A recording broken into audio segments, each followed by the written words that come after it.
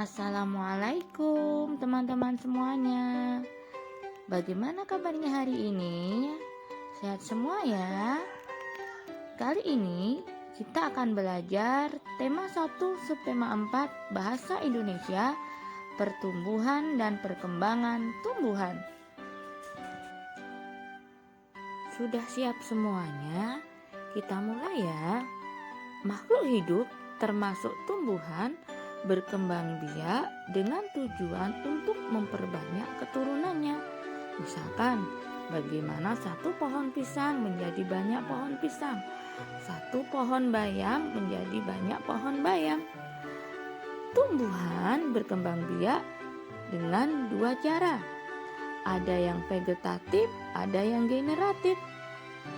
Vegetatif artinya perkembangbiakan tumbuhan tanpa adanya pertemuan benang sari dan putik. Sedangkan generatif artinya perkembangbiakan tumbuhan melalui pertemuan benang sari dan putik. Tentang benang sari dan putik akan kita bahas pada materi selanjutnya. Perkembangbiakan vegetatif adalah perkembangbiakan tumbuhan tanpa adanya pertemuan benang sari dan putik. Perkembangbiakan vegetatif dibagi menjadi dua. Vegetatif alami, yaitu tanpa bantuan manusia, dan vegetatif buatan dengan bantuan tangan manusia. Bisa dipahami ya?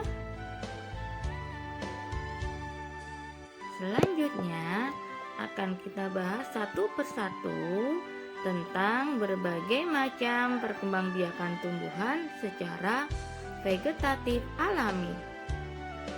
Ada spora, ada umbi lapis, ada umbi batang, kemudian umbi akar, ada lagi yang disebut tunas, ada geragi, dan yang terakhir ada rizoma. Nah, nanti akan kita bahas satu persatu maksud dari berbagai macam vegetatif alami ini dan contohnya apa saja. Sudah siap semuanya? Oke, kita mulai ya. Yang pertama kita pelajari adalah spora. Apakah spora itu? Spora adalah alat perkembangbiakan tumbuhan yang berbentuk sel sangat kecil dan terbungkus lapisan pelindung. Yuk, perhatikan gambar selanjutnya. Nah, bintik-bintik kecil di bawah daun tersebut adalah kotak spora. Kalau sporanya sendiri hanya bisa kita lihat menggunakan mikroskop. Berikut ini adalah contoh tanamannya. Nah, ada supler atau paku. Nah, ini juga tanaman paku, pernah lihat ya? Dan ini adalah jamur. Kita lanjutkan ya. Alat perkembangbiakan vegetatif tumbuhan yang kedua adalah umbi lapis. Umbi adalah bagian tanaman yang menggembung dan tertanam di dalam tanah. Lalu, apakah umbi lapis? Umbi lapis adalah umbi yang bentuknya berlapis-lapis. Perhatikan gambar. Nah, iya kan? Bentuknya berlapis-lapis. Tanaman apa ya itu? Betul, umbi lapis contohnya terdapat pada bawang merah.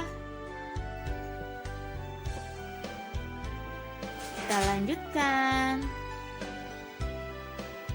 Alat perkembangbiakan vegetatif yang ketiga adalah umbi batang. Umbi batang adalah bagian batang yang menggembung di dalam tanah dan berisi cadangan makanan. Contohnya adalah apa ya? Tahu. Nah, ada yang tahu ini apa? Betul, ini adalah kentang.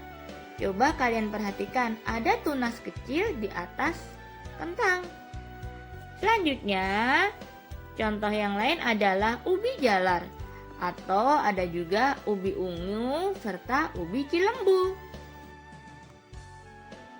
Kita lanjutkan ya. Alat perkembangbiakan vegetatif yang selanjutnya adalah umbi akar. Umbi akar adalah akar yang membesar dan berisi cadangan makanan. Adapun contohnya adalah umbi pada tanaman wortel, kemudian umbi pada dahlia. Ini tanaman lobak, dan ini umbi lobaknya. Ketiga umbi tadi dapat digunakan sebagai alat perkembangbiakan. Artinya, jika kita tanam umbinya, maka akan muncul tanaman baru. Ini adalah tanaman singkong. Singkong memiliki umbi akar, tetapi tidak bisa digunakan sebagai alat perkembangbiakan. Sampai di sini paham ya? Alat perkembangbiakan vegetatif yang berikutnya adalah tunas. Tunas adalah tumbuhan anakan yang muncul di samping induknya. Contohnya ada pada tanaman pisang. Kalian perhatikan pohon pisang kecil yang ada di samping pohon pisang besar. Itulah tunasnya. Ini adalah tunas pohon kelapa. Ada yang tahu ini apa? Ya, ini adalah tunas pohon bambu.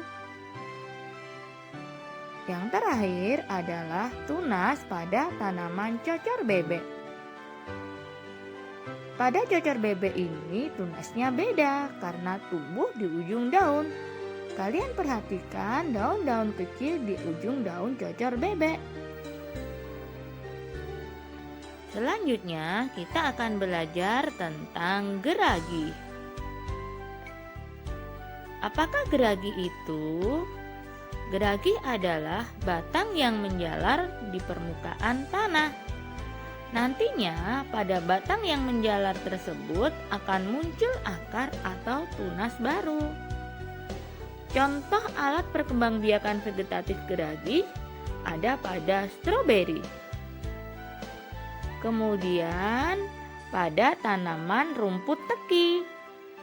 Perhatikan, ini adalah geragi pada rumput teki. Selanjutnya adalah geragi pada tanaman arbei. Dan yang terakhir, geragi pada rumput gajah. Bagian terakhir yang akan kita pelajari adalah rizoma. Rizoma sering juga disebut sebagai akar tinggal.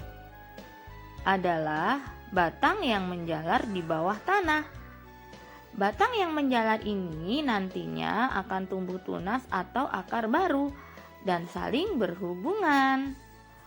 Contoh dari rizoma adalah tanaman jahe. Perhatikan ya. Nah, ini masih ada batangnya dan saling bersambungan kan? Ini adalah lengkuas, saling bersambungan juga. Ini kunyit. Nah, ini adalah kunyit yang masih ada tanah dan batangnya. Perhatikan saling bersambungan juga.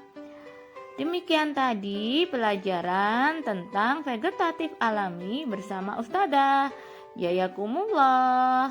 Selamat bertemu di pelajaran berikutnya.